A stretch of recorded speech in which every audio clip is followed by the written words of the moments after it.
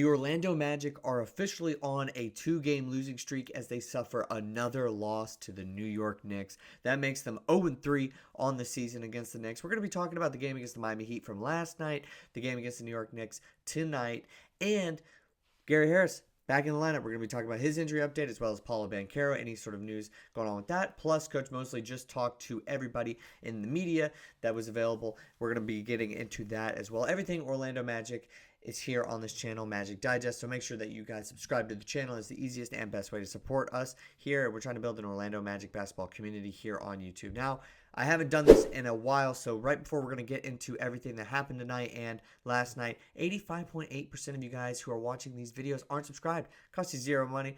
$0. Just click that button, that subscribe button, and make sure to support the channel. We're coming out with Magic videos just about every single day, as much as I possibly can for you guys, talking about Orlando as the season progresses. Now that's enough talk for me. Let's get into what happened tonight. Here's the box score. Here's everything you need to know.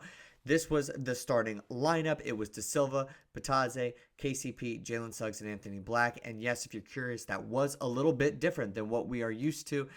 Anthony Black got the nod for the start. Queen went back down to the bench, but he still played 26 minutes. Mosley said after the game that he just liked the balance of it. That's why he moved to that starting lineup. And that wasn't really the story of the game, but I thought it was interesting that he decided with Gary Harris coming back that he wanted Gary Harris to get a ton of minutes on the bench, and for some reason I think he thought that Anthony Black was better suited to be in the starting lineup. Anthony Black, he said, has been playing good basketball, so he wanted to reward him with that. I think he liked going small. I think they liked De Silva at like that 4-ish position, and they like Bitadze in his rim defense in the starting lineup, which is great because I'm glad it's not Wendell Carter Jr., but at the same time, it was Anthony Black and Suggs and KCP running a little bit of small ball. That wasn't really the huge story of the game, but I thought it was very interesting, so I wanted to throw it out there. Things to note about this game, we'll take another look at the box score.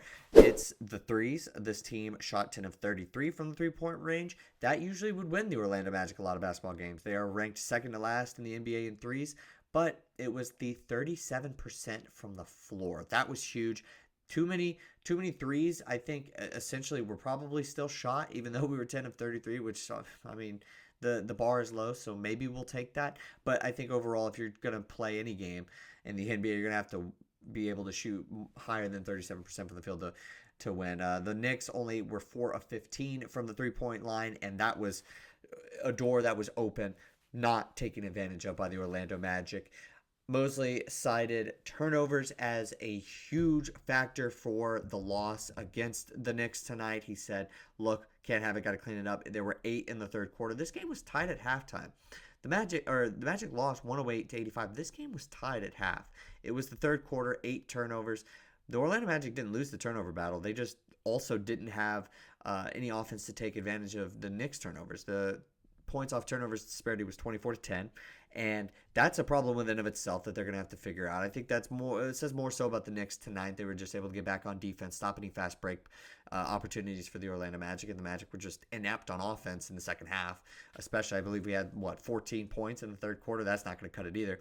But the turnovers, lack of points off turnovers, definitely something to watch as things goes on, because that was a big point of emphasis, or a big point to note about the Miami Heat game where we blew a 17-point lead. But overall, the Knicks seem to have our number. I think that's fair to say. Jalen Suggs, again, leading scorer. Bitadze, 14 and 10, great stat line. But that we don't have enough firepower right now to beat them when we had Franz Wagner, and we certainly don't when we don't have him. So we're just going to have to wait till we're completely healthy. We play them in January, early January, going to New York for that game. That should be a very important test. We'll learn a lot. If we go 0-4 against this Knicks team, that's something that would be really disappointing. All right, let's get into the Gary Harris news.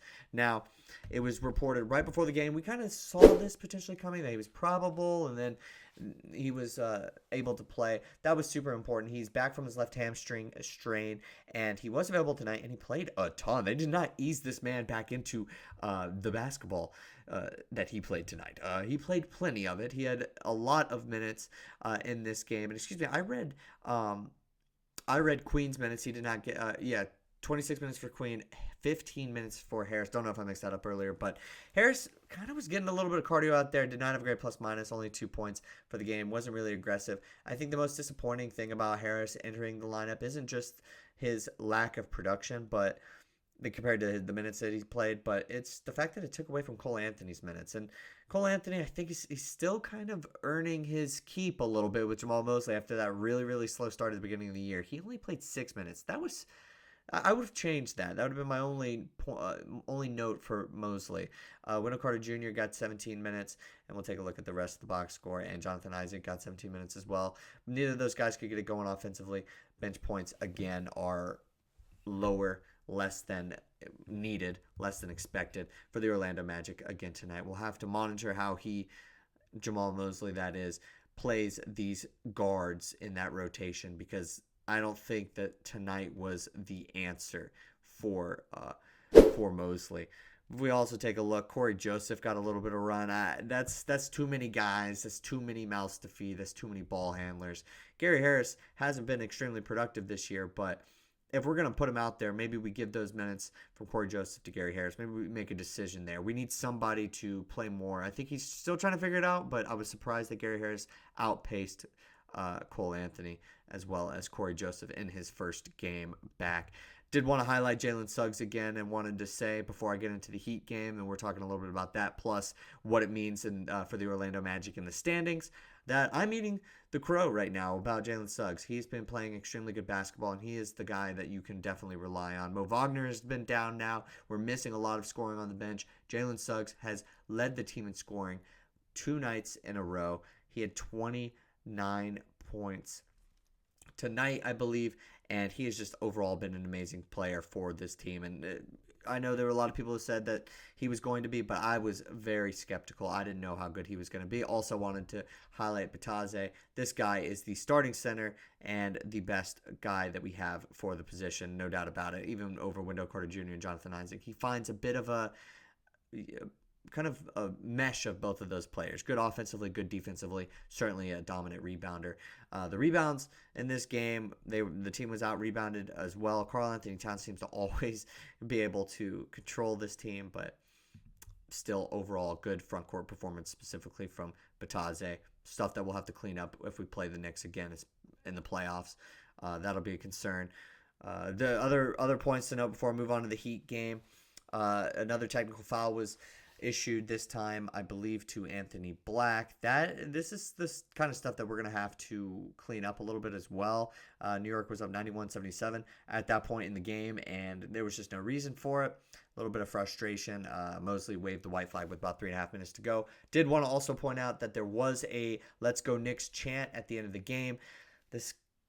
If you're Florida native, you kind of understand when you play these New York teams, they're gonna have some more fans than you're used to, right? In the stadium, they brought their the big boys out there. They whooped us again. It's just a part of the game when it comes to Florida sports. You're gonna have some of those New York fans down there, and they're gonna make their presence known, especially with about a minute and a half to go. And Magic fans are filing out. But I thought that was something that was interesting, something that was super disappointing. Okay, we're getting to the Heat game. Obviously, the Heat are dealing with Jimmy Butler, and his not wanting to be there, and they're probably going to have some sort of come to Jesus moment during the season. But it's not just yet. This team is still very good. Tyler Hero is a beast. Unfortunately, we blew a 17-point lead against them. Turnovers were the big thing in that game, 21 turnovers in the game against the Miami Heat, a lot against the Knicks, and Mosley said for both of them that is going to be something that this team's going to have to get better at. That was why the Miami Heat beat the Orlando Magic, and also the fact that the Orlando Magic were only able to put up 88 points is going to be a big factor, especially when you look at the Miami Heat, and Bam Adebayo did not play well whatsoever. You're thinking, where is their scoring coming from? Well, they didn't get a ton of it. They only had 89 points, still won the game. It's because the Orlando Magic didn't have enough scoring. That's going to be a big point as this time goes on about Paolo Banchero. All right, I said we were going to get to Paolo Banchero. What's going on with him? Well, he's ramping it up. He's officially going into that reconditioning stage where he's trying to get back out there on the basketball court, but he has not been approved for any sort of contact. But he's playing basketball, he's shooting around, and gosh, we cannot wait till he comes back.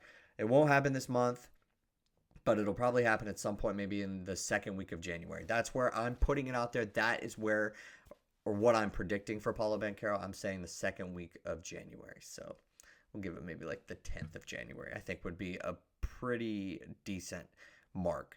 And that is about 2.5 weeks after the initial point that he was projected to return. All right, well, we're almost done for the games this year, so I'm going to be, just watch out for it in the community tab. I'm going to be coming out with some polls about the best game, best player of the month, everything as far as my month in review at the start of January. I want you guys to vote on it. You guys get to decide. This Orlando Magic team has been great this month, but unfortunately on a losing streak. Thank you guys so much for watching, and hopefully you guys end up subscribing and like what you see. Try to build that Orlando Magic basketball community, and I will see you guys next time with some more Magic content.